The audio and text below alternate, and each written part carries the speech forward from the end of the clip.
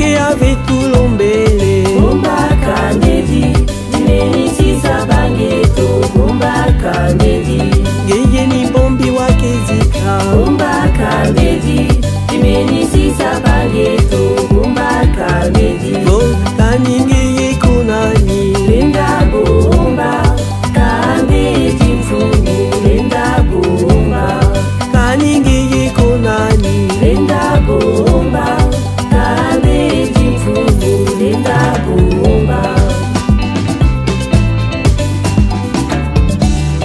Bomba bomba kabudi Bumba Kabudi Dimeni Sabange to Bumba Kabudi Geye ni bombi wakezika Bumba Kabudi Dimeni Sabange to Bumba Kabudi Go kaninge ye kunani Linda Bumba Kabudi Fumu Linda Bumba Kaninge ye kunani Linda Bumba Kabudi Fumu Linda Bumba Nous sur le balangaï que non, Nazana peut-être un problème là bango ou quoi.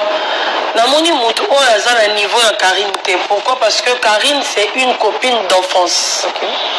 Je le sais, toi tu sais, peut-être au côté des questions pour la bateau Bazotala. Naebi jour à Liboso na mona Karine te. Namikuta naebi Karine. C'est déjà quelque chose. Karine c'est une copine autobandine na bomwana. Karine tola le sikamoko, Karine tolie sikamoko, Karine tozanga, Karine tozwa, Karine. Donc Karine azandenge moko tena batu nyoso okolo balanga na sima ya Karine. Peut-être après Karine okotangi na peut-être Peniel. Pour Peniel azalaka peut-être azalaka oui belle-sœur otovandaka na ye o peut tozana na ba problème par rapport ya comportement na vis-à-vis ya grand frère na biso. Parce que niveau na niveau, les andenge mon côté bolingo, les andenge mon côté bas souvenir, les andenge mon côté. Voilà Karine makambo to viva, eza ebele, eza pe makasi, koleka makambo oyo tozo vivre lelo.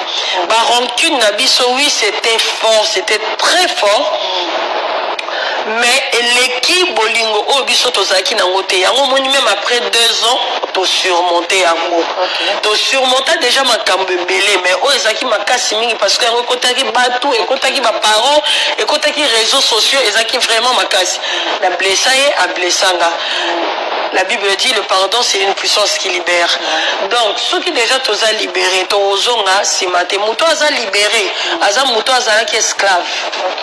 Quelque part tu es esclave, il y a péché, il y a rancune, fardeau. Il y a un moment Charlotte qui sort aux autres fardeau et ça passe pour au mona nanzambe. La Bible le confirme. Total la Bible Jean 8 35 à 36. Bible lobby Moutou a affranchi, n'a réellement libre. Est-ce qu'on y pose à la franchie? Moutou a affranchi, a azaki esclave. Parce qu'au cause de l'esclaveté, on a la franchie. Après affranchi, on a la libre. Donc ils ont une étape à surmonter. Donc pour l'angaï, j'étais esclave à l'issou moko boeto ya elo mobo kangila mutumo kanda na motema. Donc tant qu'on kanda na motema, eza dans l'issou. Alors la Bible dit tous ceux qui pêchent sont privés de la gloire de Dieu. Ngana olingatena za la privé na gloire à Nzambe juste pour na kanda ya mutumo kwa sela ngape bolamu une fois na vie. Alors, dans le christianisme, tu as le fruit de l'esprit. Le fruit de l'esprit, le fruit de l'esprit, c'est la patience. Le fruit de l'esprit, c'est la bénignité. Le fruit de l'esprit, c'est la tempérance. La tempérance, le fruit de l'esprit, mais qu'on soit la tempérance. Donc, quelque part, tu as le fruit de l'esprit, tu as le ça qui ont alors, ceux qui ne se rendent compte que quelque part, il faut réparer.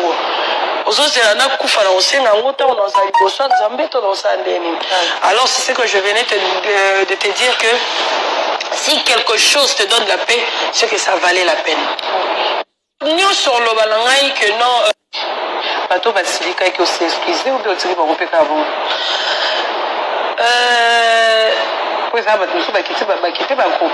Oui, je le sais. Ce mot a quitté le groupe là, pour toi quitter à Longo américain.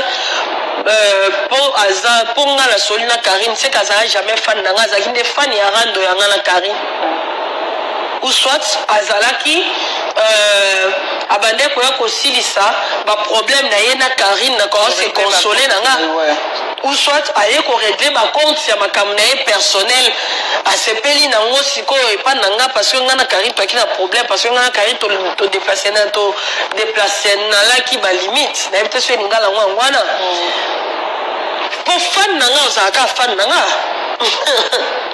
je dis fan nanga ozalaka fan nanga nayoka na Karine ou pas fan nanga oza fan nanga fan na Kofi alongo fan na Kofi te pas solala waze quoi fana waze kwa longo fana waze kwa te po waze kwa solala Kofi fana jiba longo fana jibe te po jiba bete concert na wenge fana wera longo fana wera te parce que wera zaki na jibe ozala fana mutu te parce que ça a problème na mutu c'est que zaki ne fan ya rando wana ozaki fan ya problème wana au moment où ngata on na rando wana ngande na pete babi sabino te ke buzz ezo ape mutu moko to olobala na télévision que soit buzz eza ye azala pe non mais c'est ça, on a pété maman.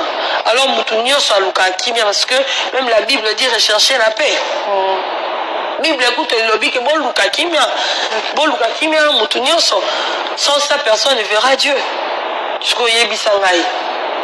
Ce qui est l'eau, mon besoin, paix qui s'acoute, que ça, y a un mot, mon enzambete. Donc, on a mon enzambete, on l'a mis dans les agous. Na makambo nyo sole ki na ngwaza na simana parce que ça va parler baké eza nene ya te muto sali ke bolobana et puis ba balobi ke non liboso batu ngaka bola ki sabatu ke non bozolo bana bino bezelo ko bando sala kala eza na mutu moko ya munene ndaza na simba sali ke yo na Karimbo yo kana. Non, moi je crois pas. C'est faux. Parce que moi je crois d'abord c'est que j'ai fait na bo moto na moi ngana sala honte. Parce que j'étais tellement choquée na ba problème ngana Karine et pareil Karine aussi elle était tellement choquée na ba problème ngana ye na moni moto en sala honte ya Panzambe. C'était le Saint-Esprit. Le Saint-Esprit m'a convaincu il y a qu'on s'humilier. Okay. Parce que ma Bible dit l'humilité précède la gloire. On attend on a s'humilier qui n'est pas que qu'on s'en a retombé dans miso bateau. Mais n'attend qui batute n'attend qui nzambe. Il y a un mot dans ça qui a le quoi dans ça qui on attend qui nzambe. Le roi qui convaincu par le Saint-Esprit que je devais le faire. Il y a un moment les cas pété. Parce que le gars peut rebenga parce que qui moto. Le gars peut rebenga peut boepe à bois qui singa toi le bique. Elle n'a quand on m'a ta carte pe téléphone toi humilié au en public. Mais ce yé mon rendimi ango ABC solo lié pas au Seigneur Mouninga pardon et pas Seigneur pardon parce qu'elle reconnaît aussi de l'avoir choqué, je reconnais de l'avoir choqué. La reconnaissance là c'est pas les humains, la reconnaissance là c'est le Saint-Esprit parce que nul ne peut faire ça sauf quand le Saint-Esprit dans son dara le cœur et le rein. Je te dis sur ma vie Dieu m'a-t-on parlé, je n'ai rien contre Karine maintenant dans mon thème. Ce n'est pas ce qui est au bien comme avant, c'est comme avant. Elle m'appelle, c'est qu'à l'eau et l'eau que ça quitte, personne ne peut faire ça par Dieu. Encore sondé mon thème, il y a Dieu. Il y a des gens qui m'appellent. Keba, Moutossi, Bokenda, Nebongo, Keba, Naba Poison, Keba, Mokile, Koma, Mabé, Keba. Mais moi je connais le cœur de Karine. Bato baolo balelo bayebi Karine ya télévision. Moi je connais Karine Yandako. Sauf Karine pas lobby singa bon parce qu'elle connaît mon cœur. Ayebi Yvette Yandako, ayebi que Yvette elle est incapable numéro 00 ya Rosalango. On appelle ayebi que Karine elle est incapable ya Rosalango numéro 00. Mais le Jean Barolo Bakaka. Pour s'attendre kaka bato balo bakaka. Jolicia, même la Bible dit rechercher la paix. Bible oui, Jolicia, ce mot a quitté le groupe là pour toi quitter à Longo américain pour la solina Karine, c'est qu'elle n'a jamais fan d'Anga, elle n'est fan de Yanga Karine. Ou soit Azalaki abandé pour aussi ça, ma problème n'a Karine, d'accord, c'est consoler Nanga. Ou soit aye ko régler ma compte sur ma caméra personnelle à ce pays na ngo siko et pas nanga parce que ngana Karine pas qui na problème parce que ngana Karine to déplacer na la qui ba limite na peut se ngala ngwana pour fan nanga ozaka fan nanga je dis fan nanga ozaka fan nanga na yoka na Karine ou pas fan nanga oza fan nanga fan na Kofi longo fan na Kofi te pas sola la waze quoi. Fana waze kwa lungu fana waze kwa tepo waze kwa solana Kofi fana jiba longo fana jibe te po jiba bete concert na wenge fana wera longo fana wera te parce que wera zaki na jibe ozala fana mutu te parce que ça problème na mutu c'est que ozaki ne fan ya rando wana ozaki fan ya problème wana au moment où ngata on na rando wana ngande na pete babi sabino te ke buzz ezo ape mutu moko te olobala na télévision que soit buzz eza ye azala pe non buzz eza na pete mama alors mutu nyonso aluka kimia parce que même la Bible dit rechercher la paix. Bible écoute le lobby que bon luka kimia mutu nyonso sans ça personne ne verra Dieu. Je croyais bisangai. Soki eloko mo bezo pekisa kutuke sa yango mutu omona nzambe te donc ngala mona nzambe te le bindele la ezagu na makambo nyonso leki na yango eza na nsima nango parce que eza bato balobaki ke eza nini ya te moto asali ke bolobana epuis bato balobi ke non liboso ya bato bengaka bolakisa bato ke non bozolobana na bino mais eza eloko bando osala kala eza na motu moko ya monene nde aza na nsima asali ke yo na Karine boyokana. Non, moi je crois pas. C'est faux. Parce que moi je crois, d'abord ce que j'ai fait, parce que j'étais tellement choquée dans problème avec Karine, et pareil, Karine aussi elle était tellement choquée dans le problème avec c'était le Saint-Esprit. Le Saint-Esprit m'a convaincu, il y a qu'au s'humilier. Parce que ma Bible dit l'humilité précède la gloire. On attend, on a s'humilier, la s'humilier qui n'est pas et qu'on s'en a retombé dans le bateau. Mais on a qui battuté, on a qui nzambé. Il y a un mot dans ça qui a un loco, on a ça qui on a qui nzambé. On a qui convaincu par le Saint-Esprit que je devais le faire. Il y a un moment où les cas pété. Parce que l'on peut rebenga, parce que l'on qui moto. L'on peut rebenga, peut boire, à boire qui s'est toi le bique. Elle n'a quand on m'a ta carte téléphone, toi humilié au coup en public. Mais ce y est mon rendimi en go, et ici, bon solo lié pas au Seigneur, mon pardon et pas Seigneur pardon. Parce qu'elle reconnaît aussi de l'avoir choqué, je reconnais de l'avoir choqué. La reconnaissance là, c'est pas les humains. La reconnaissance là, c'est le Saint-Esprit, parce que nul ne peut faire ça sauf quand le Saint-Esprit dans le cœur et le rein. Je te dis sur ma vie, Dieu m'a-t-on parlé, je n'ai rien contre Karine maintenant dans mon thème. Si on avait besoin qu'elle était bien comme avant, comme avant, elle m'appelle, personne ne peut faire ça par Dieu. Encore sondé mon thème, sondé mon thème, il y a Dieu. Il y a des gens qui m'appellent. Keba, Moutossi Bokenda, Nebongo, Keba, n'a pas poison, Keba, Mokili, comment ma mère, Keba. Mais moi, je connais le cœur de Karine. Bato Baolo Balelo, Bayebi, Karine, il y a télévision. Moi, je connais Karine Yanda. Pour ceux que Karine parle au Bissinga, bon, parce qu'elle connaît mon cœur.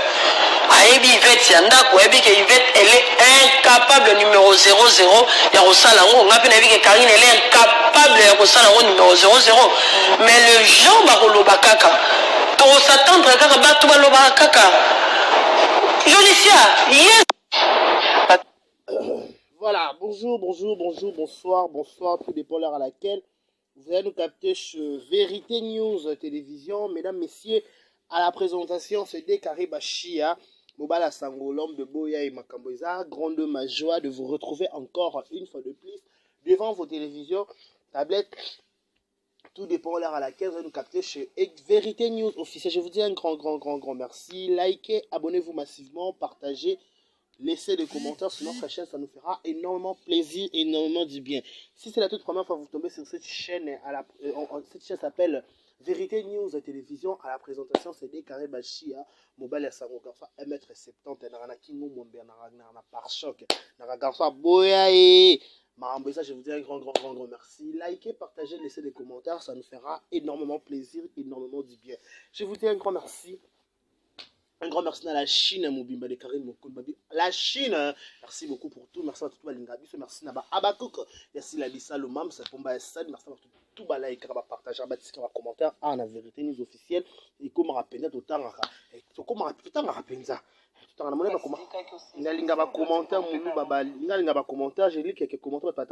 Merci beaucoup pour votre soutien. Et là, ça que nous sommes suivis de partout. Merci pour votre aimable attention au Bopé Sarabiso. Même s'il y a des ratés, il y a des marams, tu auras rappé parfait, tu auras rappé faute belé, mais vous aurez toujours pour nous condamner, pour nous soutenir Bisso. Merci beaucoup, merci à tout Balinga Bisso, merci à tout le monde au Balingara de Carré Bachia, sans polémique. Voilà, Allegra Bokwala. olobaka bien bashia likambo munene boy abakukazi. Un grand merci na bakututu bala na commentaire biso. Un grand merci na bana membre tout. Un grand merci tout balinga biso. Voilà.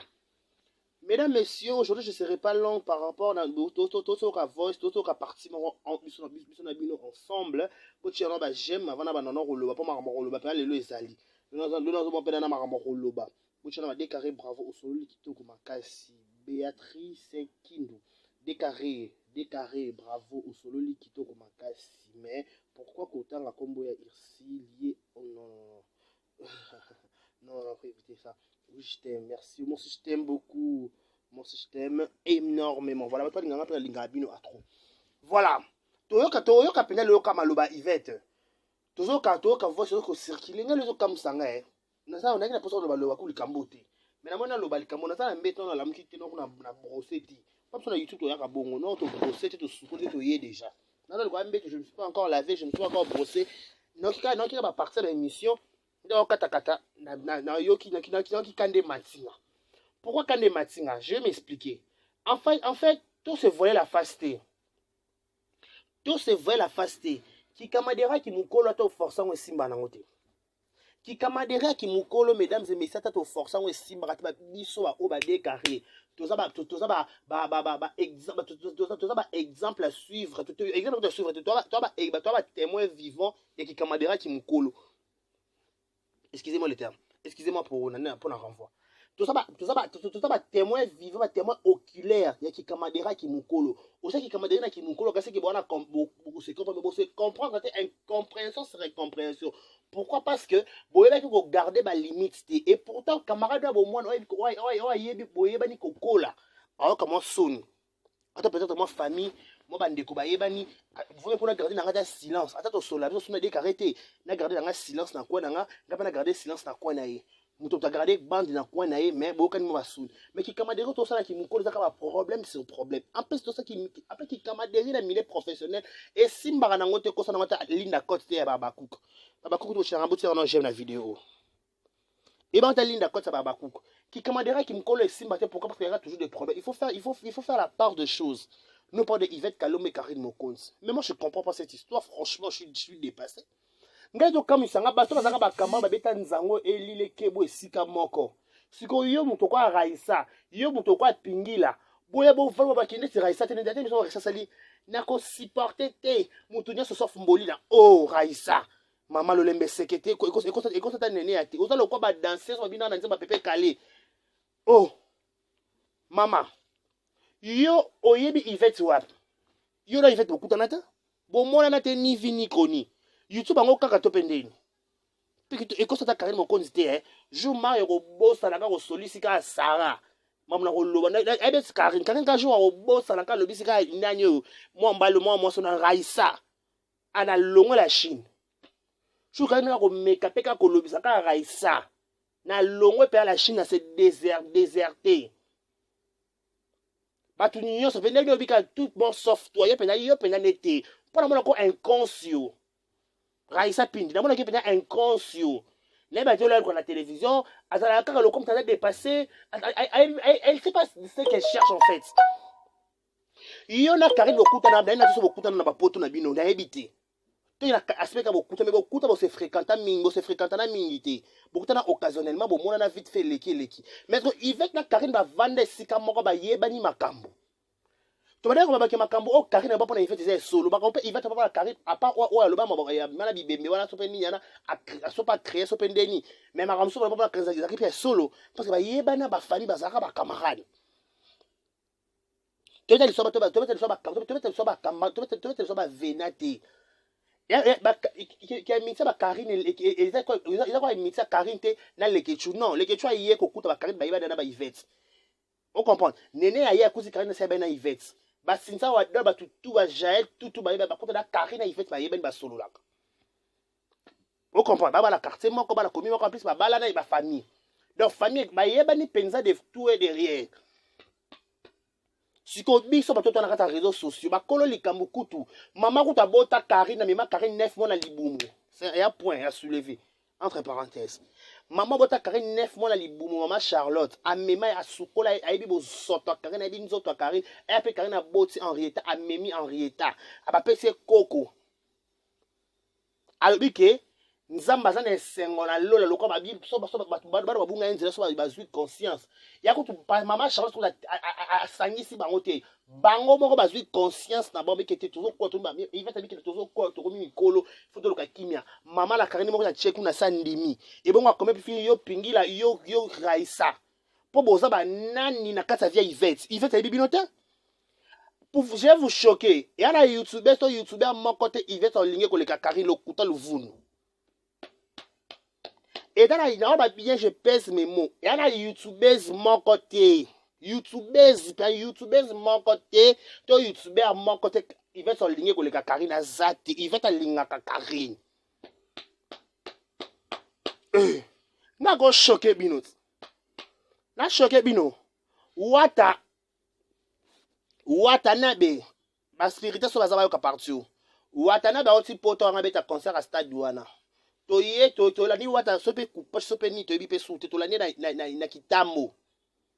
Ona to lenya kitambo to va libanda kote na bandundu ko na vina sai na bandundu na ba bandundu ya sai to vandi wana papa fena ki mokonzo ko mozo tamona ba minyatsi o manka Yvette respect asana ja manke Yvette respect suna miso bato Yvette abi nga na sala pa Karine yo sala ngoti mamona oloba na kosati nga deka na kosati mamona oloba tanya mabedi ayebi mamona oloba lege chupanda yebi mamona oloba na zakya barezi bazala moura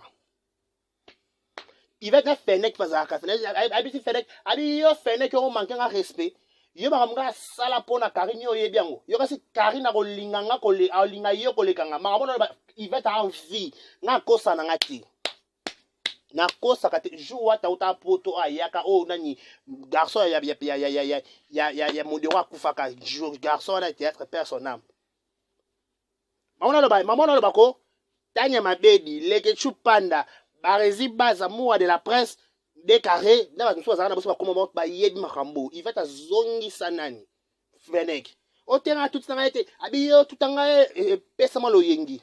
Donc cela veut dire que c'est son ami alingara Karine pas lingara Yvette pas yoka no Karine na bien parce que Yvette na ki pasteur en yo komi so ki ba fin yo to ya te yebsanga oui mutoza parfazate oui biso to se chokana abi yenga na choka ki pa choka nga mutoza o ba ki choka muni azate pas Karine pas vanda ape kinyate ayaka pa lo asala émission moko mais al déplacer maloba afinga Yvette mamba afinga Yvette soki kutu bango ba kolo likambu yo na moni personne wa raisa lobi oh afinga mama na kufanga oh mais Yvette ba ki kana na ba kufati yaka noma yaka lingi moko ba finga oh avande oh zaki baba zaki wana ti ya lobaki pa lobaki ba se ba comprendre que la paix plus puissante que la guerre rechercher Yvette avoir ba parole de biblique na munoko soki kolo likambu kutu andemi ko chana se et bongo yo bokutenga na YouTube boko tambola kate boko lia kate boko se confier à makambu te oh mama ye moko mkolo camarade biki na lingi na ngato chana mso na se siko bino boko zula ngwa agitation pourquoi après c'est bon fait biki na ba kama mutu moto ba ke na yebinga koleka Karine azati c'est son ami ba yebani makambu to kama mu meshak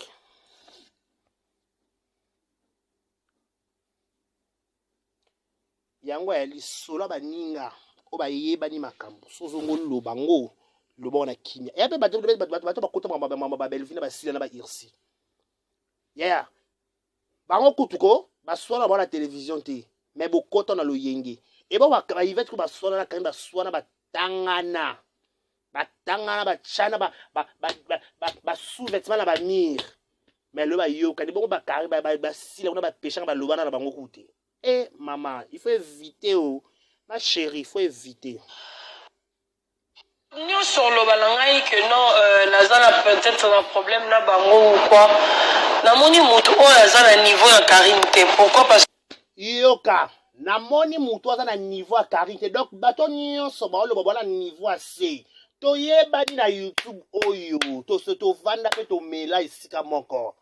toyebani mutu azana niveau Karine azate tolobango on se voile pas la face bon il fait ayo confirmer comme mutu ba cc et bon youtubeurs ni to pe youtubeur ni azana niveau Karine yebi sango bien ala komo na commentaire youtubeurs ni youtubeur ni on a niveau Karine na ba o nyonso basala na bina tu nyonso à l'exception de personnes. Sauf aucune sagesse, sauf atteindre l'intelligence. Il y a une intelligence, une sagesse, comme ça, ma PC, parce qu'elle a toujours numéro 1. À ce moment-là, il bouge à cac. Que Karine, c'est une copine d'enfance. Okay. Je le sais, toi, tu sais, peut-être encore toutes les questions pour la bateau Bazotala. Naebi jour à Liboso, na mona Karine te. Na mikuta naebi Karine. Yaya.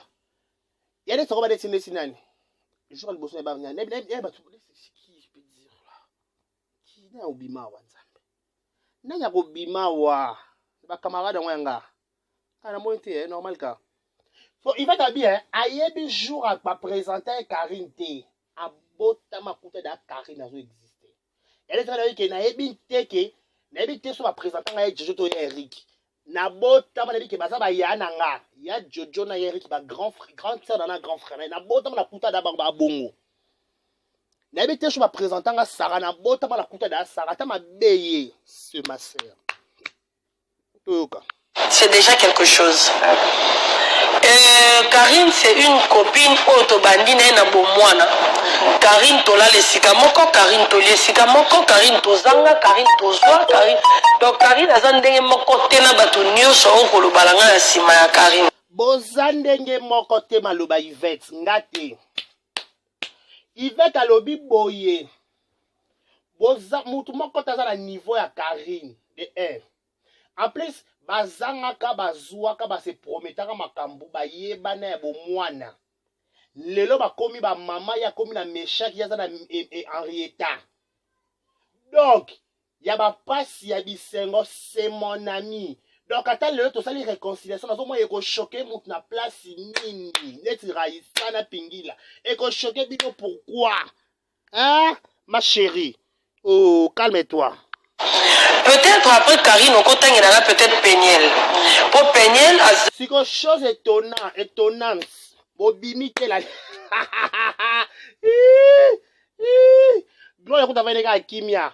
Quand les nanios, m'dérange muluba au machine nga o. Quand les nanios, mantumba. Avec les kimia, moi ah maman on le battait pour la occasion. Si ko bile bango le bapa boza ba nani, bon la monopole na makambo. Bato ko la monopole ku ba ko le baba lobby te.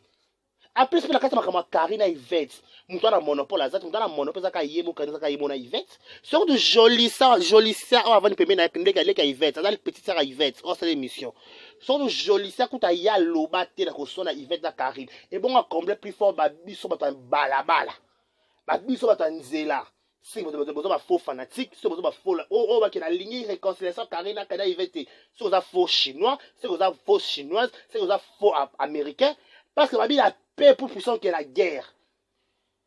Mutu mama mutu tata to mama mutu mama zapete ala ko incompréhension ya ka bato so na ba bazala ka ba so na ba bunda ba beba na mais trop sango te comme quoi rancune moi motema fo mutu kufa non. Azalaka peut-être Azalaka oui belle sœur autovandaka na ye ou peut to na ba problème par rapport ya comportement na vis-à-vis ya grand frère na biso. Parce que niveau na niveau,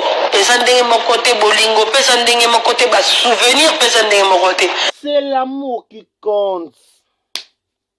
C'est l'amour qui triomphe. C'est l'amour. Ma souvenir est le belé.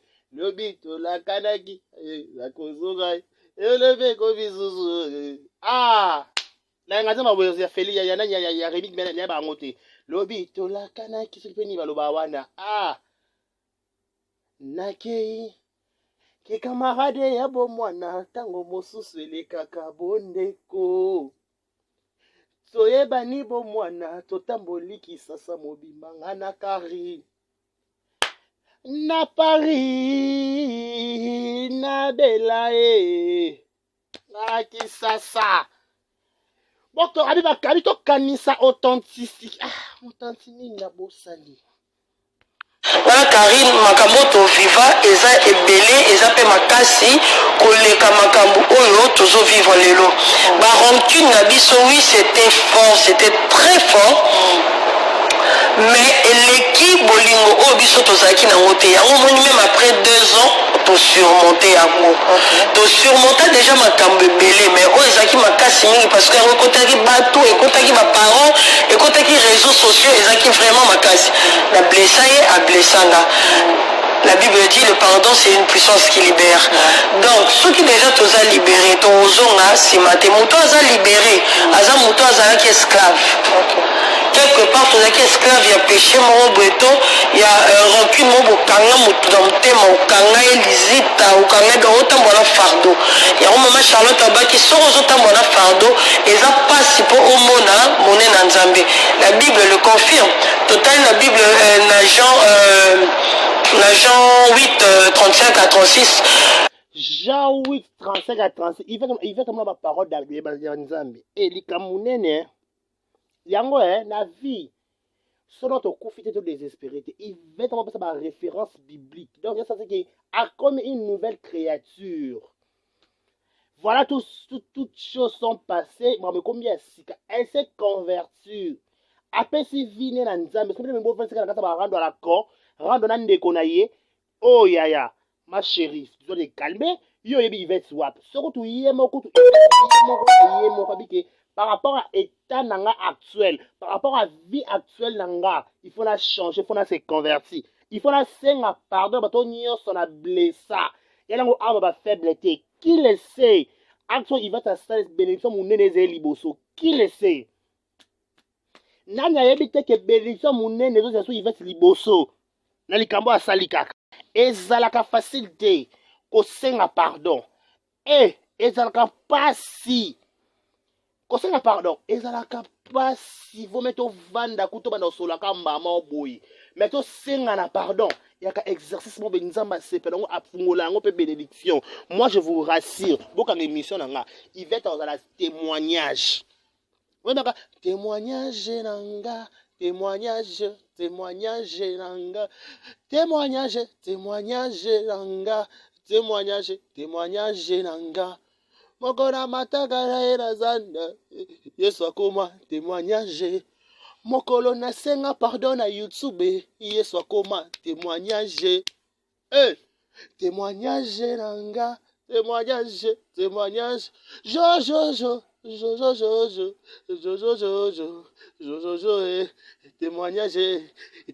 encore ma témoignage à Yvette parce que actuellement Yvette a sali. C'est poussé par le Saint-Esprit que les serviteurs de Dieu ont parlé de sa part. Donc, Saint-Esprit a la place à candidater. Saint-Esprit a la place à construire, à construire. Saint-Esprit a la kimia. Il faut dire que 8, il y a un verset. Bible lobby. Pas si pour omona moné na Nzambe. La Bible le confirme. Total la Bible na Jean 8 35 à 36. Bible lobby mutu oza affranchi. Ngaza réellement libre. Est-ce qu'on y pose à la franchi? Mutu oza affranchi za ozaki esclave. Parce que cause à l'esclave aux à la franchi. Après franchi nous à la libre. Donc ils ont la étape à surmonter. Donc pour ngai j'étais esclave ya lisumu moko boye to ya elo mo kangila mutu mo kanda na motema. Donc tant kanga kanda na motema eza dans lisumu. Alors la Bible dit tous ceux qui pêchent sont privés de la gloire de Dieu. Ngana olingatena za la privé na gloire Nzambe juste pour na kanda ya mutu moko asela nga pe bolamu une fois na vie. La reconnaissance. Mon pasteur a tel comment sur la atmosphère. Atmosphère oh Karine va partager na Yvette c'est trop fort que atmosphère n'y a salle na séparation la bango. Tu veux dire que Karine est parfaite. Elle a fait la erreur. Yvette est parfaite et puis la erreur. Mais ce sont atmosphère oh va partager. Ils ont réclamé bango. En plus na atmosphère actuelle Yvette a commis. Attention atmosphère à mokili comme la atmosphère de Jésus. Ah bien, tous qui sont privés, tous qui sont péchés sont privés de la gloire de Dieu. Là, dans la privé la gloire à Nzambe parce que dans la Karine. Non, non, parce que à comprendre que la seule moto de Salara nous se déplace dans ma louba, c'était Karine peut-être. Il va de Salara dans ma gloire, c'est la gloire par d'autres points.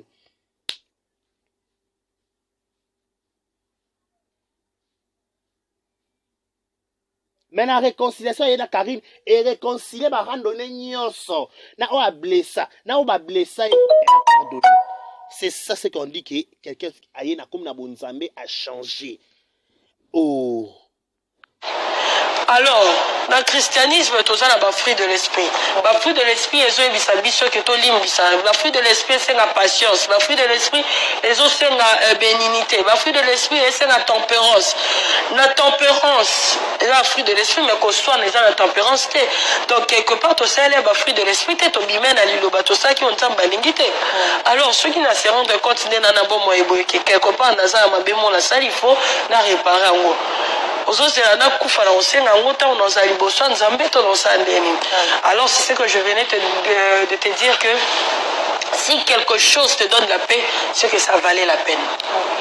Nous sur le ballon. Yemoko bango bakolo likambo. Bachina baona si. Et bon sko biso ba vena. To tcha c'était pourquoi. Oh, maman, comment on comprend on était franchement. Bango moko bakolo likambo bache na se et bon biso ba vena non aller partir Karine mon ngo bakolo likambo comprendre que ba leki bazana la distraction siko biso ba te biso te par rapport que Karine ya yé moko Karine atali tabi que la tchena na se na boy na ngata za kamana nga mama. En tout cas, pardon. Je ne saurais pas sérieux. C'est Jean-Pierre. Donc, il a qui sait que le quoi combien qui m'a cassé. Il nous peut avoir une victoire à ma casse. Tu as un moine à ma boko. Ndi malobara, ezaka ratiki yo osala raté olikikaka olia non. Même pour un bon ébélé, il faut sacrifice. Donc peut-être sacrifice absolu ça, ezaki tom suko finga masuka nzambe ngaka longolanga sonya kisita. Yango permettre ki lokwa ba finga kono muke ya ba moko ba fingo suko bien comme ça na longolo pe ba mosonyo yo. Qui sait? Ilo monte sama na samo kilo ezakazara. Mambo nyonso to salaka allo na lobi mabiase na robengo na poko to sala boyeboy to kute na poko to sali yeba kenza masa classe ke sala mabongo ya rendez-vous na biso tende sali ke simba te po ba te beli ba sala pe ba rendez-vous bomona ni pété te mona na poko e komi pe poko ngo po beli te mona na poko obengi pe biso moto to solani ya kufi te mona na poko ba to kangi na minso to lo no bo ke prison te mona na poko banda kenda ki azomona ntete oluke donc soko sali même na mutu rendez-vous ane simbiye ba kenzambe muta permettre donc nyonso ekomi na biso ezaka nzambe mutu aklasaka ye moko ebindenge asala makambo na ye voilà.